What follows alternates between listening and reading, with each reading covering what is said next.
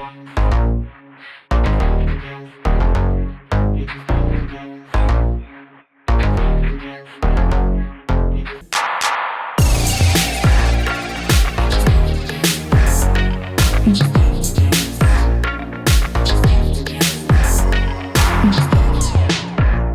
doesn't really realise what this is. We're gonna hit 3,000 today.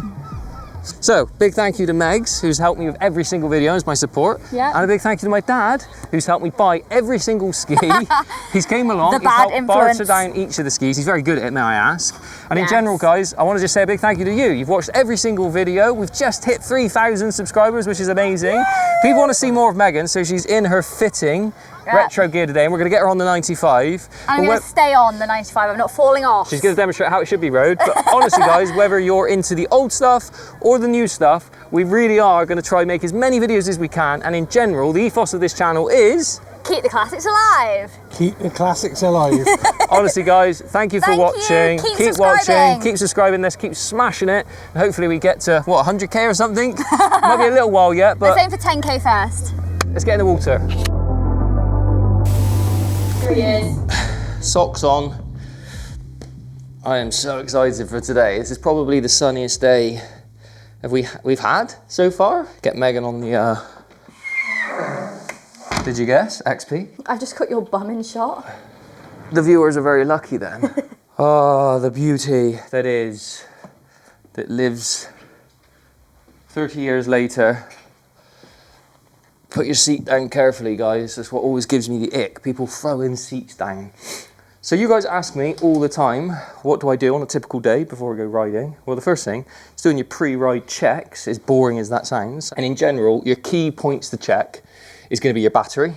Obviously making sure you've got enough voltage to crank. And what can sometimes happen is if we start it here now, you don't want to over start it, as nice as it is, keep starting your two-stroke. You want to start it once to do your check, because obviously the more you crank it, the more you're going to drain your battery. And you obviously don't want to get to the water and you've cranked it so much that obviously the battery's flat. The way to negate that, so we've got the battery charger on and you can see that's flashing green. And what that basically means is a smart charger, so it's got that regulated at 12 volts. So I know this battery is basically bang on the voltage that I need. So I turn that one off. Negative, positive, Megan always tells me off. We've got a spare battery there. So always do a test start before you go. Pop it on, check obviously your fuel level. We're going to fill it up anyway, but it's pretty high here. And obviously your oil level is just below the seam at the moment. I'll also top that up with two-stroke oil. Always take... oh my God, what nice drawers you have. I know, take some with you. I always just like to be prepared. You know, if you end up riding and you run out of oil, it's always annoying to not have oil or fuel. They're the most annoying things alongside the ski obviously not working. Always take two, guys. And hopefully it goes first time. Obviously don't run it for long because you're not on the flush. Fuel back off, key off, and now we're confident obviously it's starting. I'll always put the battery straps on to create a bit more space so I can actually get in. And if you're like me and you have a driveway that's a bit on a slope, get these. They're about £9 off eBay. One under there, safety first. One under there. And now, pop the battery straps on. I always like to twist these to face that way so that they're easy to hook under. These ones are easy. The spark is hard, so that's one. If you turn that like that, it's naturally in the right orientation to just come and hook.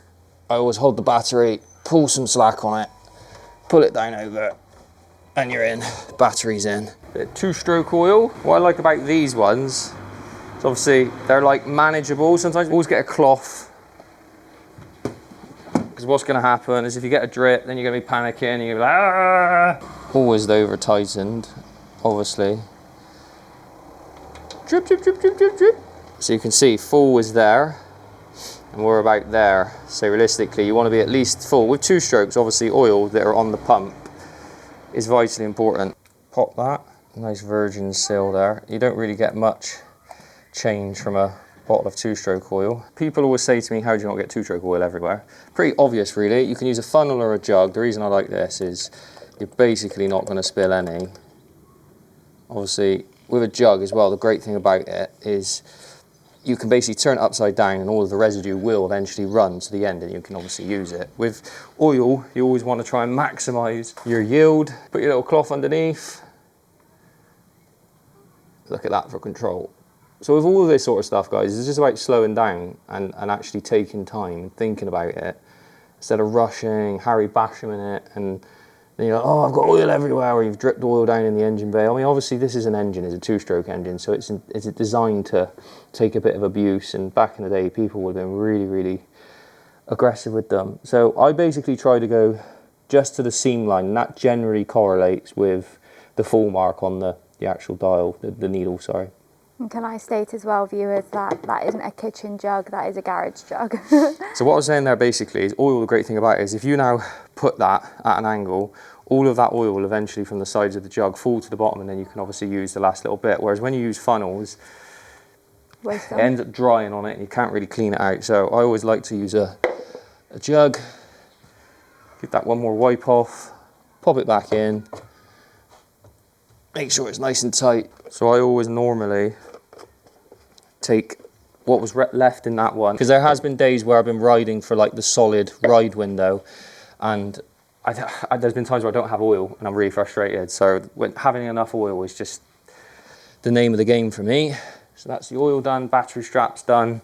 Then it's your other little things like the front hatch. I'll always put a nice thick cloth between that, and I'll leave like a little shadow gap of about 1 inch. Reason for that being any moisture in the engine. If you've got space for it to evaporate, it's going to evaporate. If it's closed shut, you obviously get the idea, condensation is going to occur.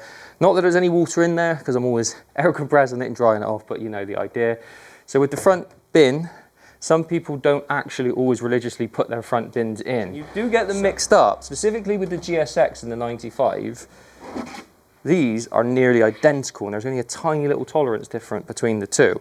So for anyone who doesn't know what that is, I'll show you where that goes. But this essentially is your front bin. Now the reason why it's important to use your front bin is you've got a little bit of a compression seal there, and the thickness of the plastic, once it goes in, that gives you your nice tight seal. Now without that, you'll have 1/2 centimetre, and that's where a lot of water will leak in. So always put your front bin in, and obviously you can put things in there if you so wish.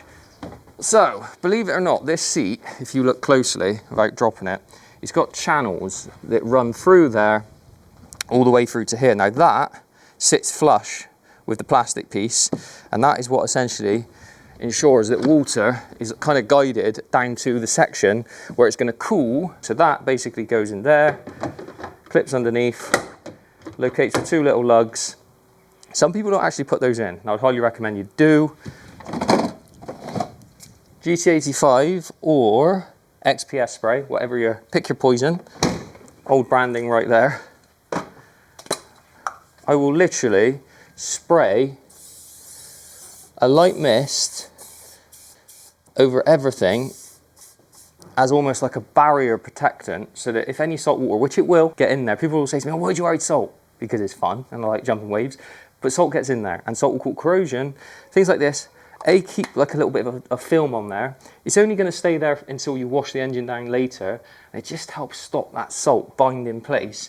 I spray this on everything. It's very, very multi-purpose. So what I'll do is with the little applicator, this gets really nerdy now, but I'll literally spray all of the bolts and all that sort of stuff, so that you know that everything's just nice and lubricated, so that when obviously you come to wash it down, you just have that reassurance, like I said, that no salt is really getting in there, because it's obviously fully lubricated. Now this is not obviously a permanent lubrication, it's a water displacer, and it just creates like a nice film. If you want something a little bit more permanent, there are products out there. I've used them and I don't personally like them because they create a bit of like a sticky residue, which is then really, really hard to clean. The thing is with this is it does wash away, does clean, and it's easy to reapply, and it's dead cheap. It's about £3 for a can. I also use this on everything else, so things like trailers, U-bolts, just to keep it all nice and shiny. Now it depends how crazy you want to be with this sort of stuff, guys. Like I am particularly OCD, and some would say very anal when it comes to things, but I like my things nice. So if you want stuff to look premium and clean and new, you obviously have to put in the time. There's no substitute. People think in life sometimes, I don't want this to turn into a TED talk, motivational speak, that you know you can get away with half. You know, like if you want something to be nice and stay nice, you have to look after it. This trailer is now coming up to 2 years old, and it looks like the day it arrived. And that's not by coincidence. That's because it's washed as diligently as the ski, and it's lubricated every time. Now, don't get into the lubrication wars, which sounds a bit odd, maybe a bit sexual. This is a very, very cheap, affordable lubrication, which is better to use than not use at all. If you start buying into ones that are like 10 quid a tin and you're using it, are you going to do that religiously? So obviously go around the whole trailer, I'm not going to make you watch that, including things like winches and stuff, so then when you come home, wash it down, redo it again, you get the idea. Make sure you wait for the click. The last and boring thing, which I always leave to the end, is straps. So my nice new organizer is easy to go to my strap and get it. So I don't know about all you guys, but straps is the bane. I just hate that you have to tether it. One day I dream for that moment where I can have all my skis abroad and I just go to them. You don't have to do this every time. I like to use the Master Lock ones because they got the hook, but in essence you get any strap that has the hook on them. And the reason why I like those is the amount of time you'll spend otherwise with that falling off as you're trying to position and get this where you want it. This will become relevant in a sec, so I'll show you it. But to start with, just obviously offer it up, unravel your strap. Guys, I definitely have OCD. This is something you'll come to learn about me in the channel. Hook that one on there. Now, what I love about this particular skiing setup is that can go under the bunk, so all of that weight is pulling onto the bunk. Put that under like that, you're gonna obviously be trying to get your strap nice and straight. Again, OCD, you don't have to have your strap straight, although I believe there is some science to having your strap straight in terms of how strong it is with it. So like I said, that goes under there nice and tight around there, but you might be thinking, aha, that's going to mark that. Now you don't have to buy these. I use little rubber tabs for a little while. You can buy this on eBay and things. In essence, you want something to go between the strap and the ski. And what I like about these are seatbelt protectors. So they've got these little Velcro straps that you can put around the strap, which is nice and easy to get on and off. You don't have to thread the strap through from one end. You can do it once it's in situ. And what that's going to basically do is create a barrier. So if that rubs when it's tight, you know that that's not going to cut in. Because you see so many of these skis with the plastic all marked up. Now, this hand side, I actually do after because it's kind of hard to get it into position. Now, what you want to be doing is you want to be pulling that tight and you want to basically put your finger on the strap and you want to pull it out so that you know what, keep following it, so I know that is straight now. Now with this end of the strap, you're actually going to want to go basically around your trailer to get it set up so that you're in a position whereby when that goes through, that is not going to obviously hit against the underside of your ski. Now straps, I'm not going to tell you how to suck eggs, you know how to do it guys, pull that through so it's nice and straight. Keep going, and hopefully if you've done it right, hey presto, that's nice and straight. Now, the buckle of the strap now is rubbing against the underside of the carpet. Not bothered about that, obviously I'm OCD, but not that OCD. Put a little bit of tension on it, as so, but not enough so that you can't slide that back through. Open up your strap, like that. Thread that through, like that. Get it to go under. It's better to have a tiny bit of tension on it because it's easier to line it up than it being all sloppy. This is where it becomes really, really important to have the little bit of Velcro so that you can actually do it once it's in situ. You can imagine if that had to be threaded through before, it'd be really annoying. Pull the tension again, start to tighten. As you're tightening, make sure that that is bang on where you want it to be so it doesn't slide and move. Pretty happy with that. Keep going. Now I go for the twang test. So that's pretty good. The rest of it, ravel up. Like so. You want to put that around there. Now you want to do this with a non-return one, with a return one, so basically when you're done with it, you're not using cable ties every time. Basically there's a little tab on there, you push that in and that will undo again. And I always just thread that little bit back through there like that. And that just means then you don't have to actually cut all of the length off of your strap. You can obviously keep it there. Now if you're cutting it, you wouldn't need to do that step, but obviously then you've destroyed your strap. You've obviously got your winch at the front. Now a lot of people just rely on this. On a bunk it's less important because a bunk's got more friction, so it's unlikely it's going to slide off. On a roller it's vitally important. But in essence, you're going to want to go around the front eyelet where the winch goes to. And you're obviously going to want to secure to this side of the winch post. So if this fails and it goes to slide, if you're this side of the winch post, then there is the chance that it could move. It wouldn't be the end of the world if you put it there, because obviously you've still got your kiln roller that it will hit against, but in essence you want a redundancy strap in place so that in the eventuality that this fails, it won't slide off and it'll be on the motorway. You see those videos on Instagram all the time, and I don't want to be another statistic. I've got an obscene amount of light boards. I want to get rid of them all and get one master one, but I don't know why. I've just collected light boards after all the skis that I've got. Now this is very boring, but obviously put your light board on. Yeah, looking forward to it, mate. I'll see you soon. Hopefully we get some nice big waves. Always make sure that your light board bars are out enough so that you don't have it super close to your pump, because I always see it where people put it so, they're like, oh, how close can I get it to the pump? Ends up chipping all the paint off and ruining it. So just make sure they're a sensible distance. Happy days. Gonna get this onto the car. I'll do a little bit of a chatty session with you in the car this time, because you guys have been asking me loads of questions, so I want to get you up to speed. And then it'll be at the sea. You'll see some sexy B-roll shots, no doubt, of Megs, of the 95. Do some riding, get Megan on the ski, and yeah, hopefully you enjoyed that little segment.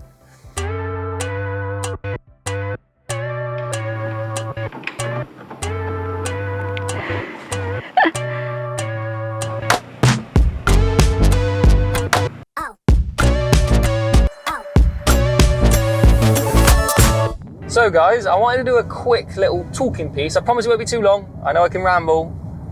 I am 6, well when I checked this morning, 6 subscribers away from 3,000 subs. And can I just say, I'm gonna get a little clip of me, Megs, and my dad. Because yes, everyone supports me, my family and stuff, but Megs and my dad in particular have really been there with every ski that I've bought and been really supportive of this wild ambition that when I started my YouTube channel, I really thought no one would care, no one would be interested. Now, I'm not saying that I'm at 100,000 subscribers. I will be one day, and you guys, the OGs, will have been there from the start. But I just want to say a huge thank you, because it doesn't go unnoticed that even when I don't post like videos for weeks or months at a time, it's not deliberate, I promise, the subscribers go up, the comments keep coming, and there's just so much love and admiration for what I do. And that just means the world, because me and Megs put a lot into the filming of these videos. I mean, bless Megs, if you could see her right now as she films this video, we really do try to bring you videos that, A, obviously keep the spirit, keep the classics alive, as you guys know, but also do it in a fashion in which when we look back in years to come and these skis become even rarer, is that a word? That there's a level of footage out there that people can look back and really enjoy. Because other than me, and obviously a handful of really great creators on YouTube, there's not a ton of this footage. You Google a 95 XP and most of the time it comes back with some handheld camera from the 90s, which is grainy. So I want to bring you like 5K footage now. But yeah, thank you guys, honestly, thank you so much. I want to get Megs and my dad in a clip just so you can see. My dad doesn't like being filmed. I will pre-warn you, he hates being on camera, even though he's been in quite a few videos at this point. But, you know, from borrowing his van to putting skis in there to helping me, you know, get these skis restored, because there's a lot of money that goes into these skis. Getting them for good prices, although some of the keyboard warriors put in there like, oh, it's old school bartering, oh, disgusting, let it move on. Actually, when I see all those comments, I just think, if that's your mindset, then you don't understand the process and like the theatre of going to look at something. You know, there is a little bit of haggling that goes on. Mike Brewer, wheeler dealer. How much? $4.5 grand? No, mate. If you ever watch one of my videos, he's obviously the master of that old school thing, old school haggling. But yeah, my dad has been super supportive at helping me get all of these skis. And yeah, I feel really, really humble. It's growing, and hopefully we can keep growing and, you know, hit the 4K, hit the 5K, hit the 6K, hit the 10K. I always felt that when I get 1,000 subscribers, it would be like complete. And then you're like, oh, when can I get 2,000? And you're like, oh, when can I get 3,000? And 10K will be good, won't it? Yeah, the last 1,000 subscribers, me and Megs have honestly been like, every morning we wake up and it's like 10 more subscribers, 10 more subscribers. And for me, I'm like, wow, how is this happening? People like the videos. So I did say I wasn't going to ramble, so that's enough now. We're going to get loads of cool footage down on the beach today for you to really enjoy the ski. Going to get a lot of footage of me riding it, and I'll get you a start up in there at some point when the ski's nice and warm. And yeah, just thank you guys.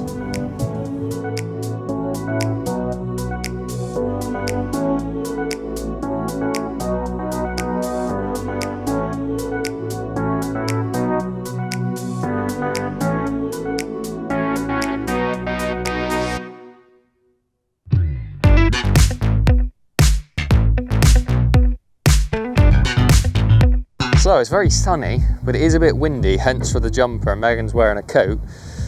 But I'm very excited for today because anytime it's sunny when you jet ski, sorry, PWCing, yes, I know you can get wireless. Me and Ross from Extreme Trailers are trying lots of different formulas at the moment. The thing is for me, is I don't like fixed wireless light boards because I like to remove my light board bars, and with the fixed ones at the moment you kind of have to rely on having a fixed position, which is a bit naff. Tell you what, it's quite windy, isn't it, today? It's very windy. It's going to be nice and wave jumpy today, gorgeous, which you don't like, but small little thing with light boards. So I actually prefer the shorter length ones because they fit in the car than the nice big long fancy ones. So you might be thinking, why have I got this cute little bungee strap? Well, it's because sometimes, even if when you tighten these tight, that can wiggle down and it ends up dragging the floor. So that's just a redundancy, so that if it does fall, you're not obviously in a bit of a mess. And you'll notice I use a sand tire because we ski here at Burnham quite a lot. And when you launch on the beach, the sand tires are just the way to go. I do like the Alco jockey wheels, I must admit, but just look at that. Does it ever get old, guys? Does it ever get old?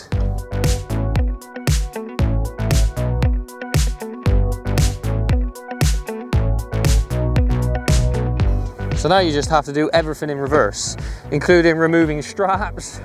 Check your bung, that's the biggest one, obviously. You do not want water getting in and filling up and sinking. Oh, it's ridiculous. So Burnham on Sea actually has one of the fastest tides, I think, in the world.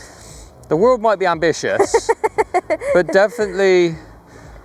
If it's the world, guys, then I'm right.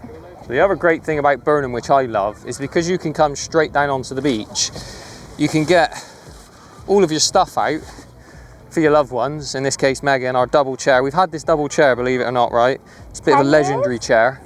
How long? 10? 10 years. Now this is just not any ordinary chair, guys. This isn't an ad, guys. Watch this, ready? Ready, ready, ready? That's what you call a double chair. But I think the tide's gonna be there, so we'll move up. Helmet in case it gets rough, never forget a helmet. We've definitely got way too much kit in there. Right, is that everything we need in here? That is for now, isn't it? Food. Food, don't forget food. It's like the most important bit. This one? Yeah. Righty-ho, so I'm going to get my dad's ski now, because he has the motorhome. You don't want to be bringing a motorhome onto the sand. That's going to get stuck. I'm going to leave Megan in the capable hands of my assistant, i.e. my XP.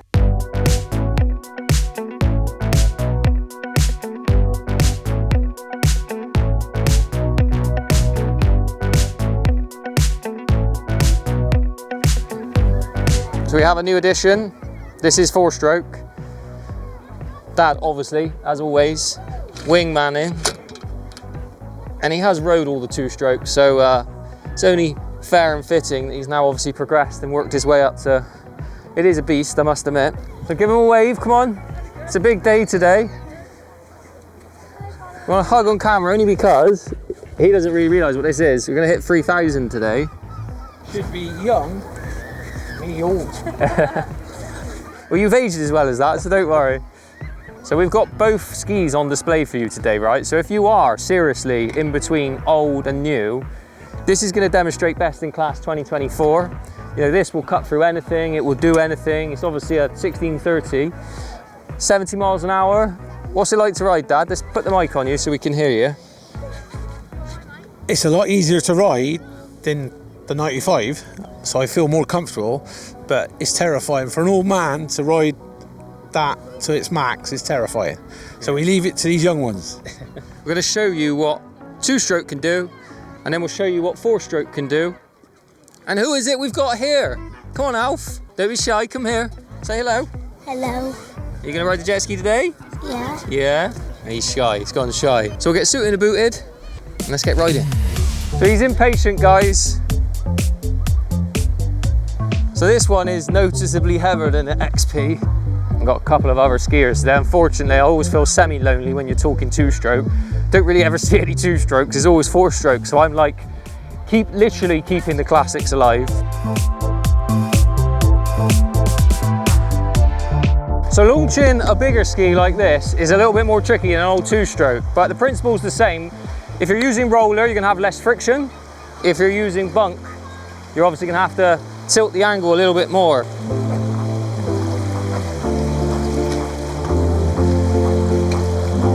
Just control it so it don't go wild off the back. I mean, some people just let them go, and you can if you're in deep water. And what we normally do is put my dad at the back, and he's safeguarding the pump's not going to drag against the sand as it goes in because of the angle. Well, I can get it back in.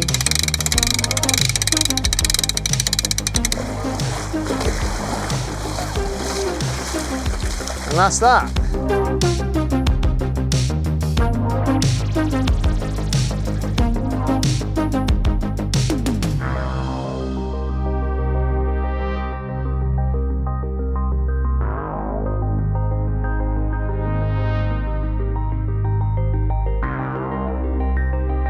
I'm going to give these a test drive. These were a kind presents from Mum and Dad. They're very retro. What do we think? Put in the comments if you think this is they're suitable attire. We'll get lots of footage of Megs today because she's always left out of these vlogs. This is going to go into the vlog series, I would have thought, don't you think? Or should it go into the 95? This is the thing with having playlists, man. I started out this channel with wanting this episodic, you know, like each video chronologically follows on. And as it's gone on and there's been so many skis, trying to keep track of what goes in what series is like, oh my God, so much stuff. But I'm going to give the mic to Megs now. What's your aim? What are you going out to do? Donuts, obviously. Put the biggest smile on my face. Fall off a few times to not lose the glasses. I shall give the mic to Megs. Thank you, my beautiful assistant. Have fun. Be safe.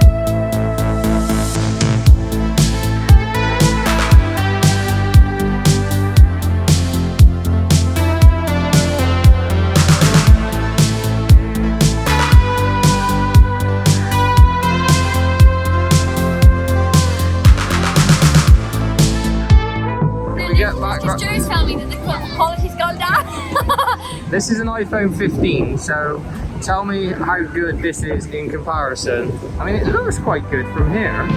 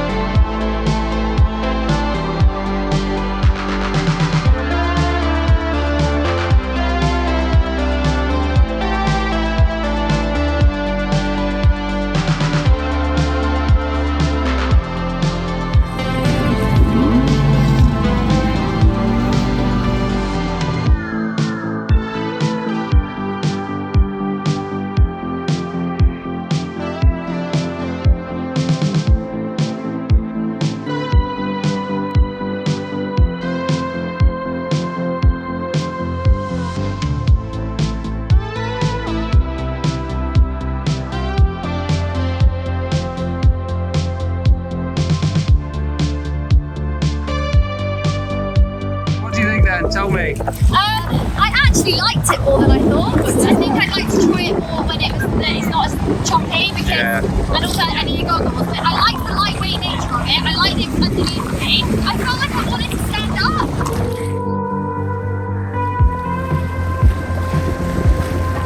The dream team.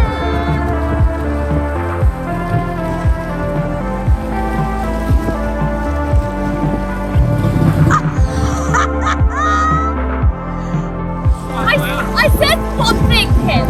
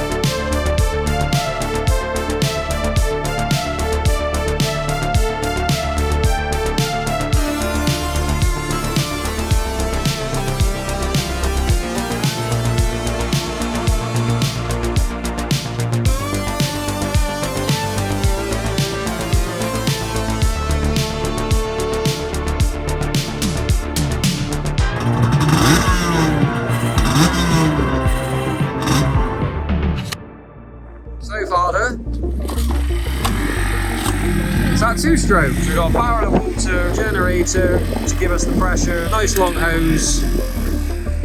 So then we can flush both of the skis at the seaside. So always bring the suitable, obviously this is the old Seadoo clip-on design versus the new one. Bit of extension hose so you get it outside of the engine bay.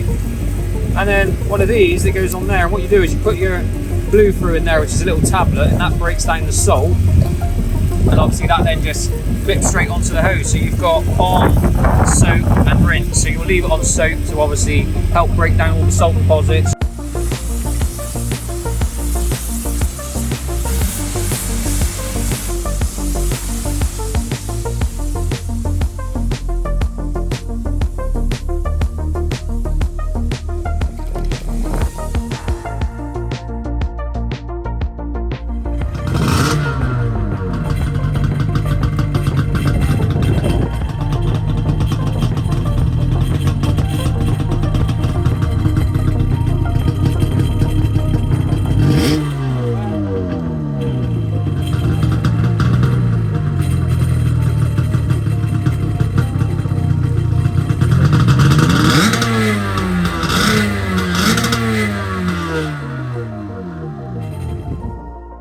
Always bring your wash bag with you with all your different attachments. Here you go, Dad, use this one. And you'll have all of that going on your driveway. if you don't clean it off here, but also as well, flushing it. So important.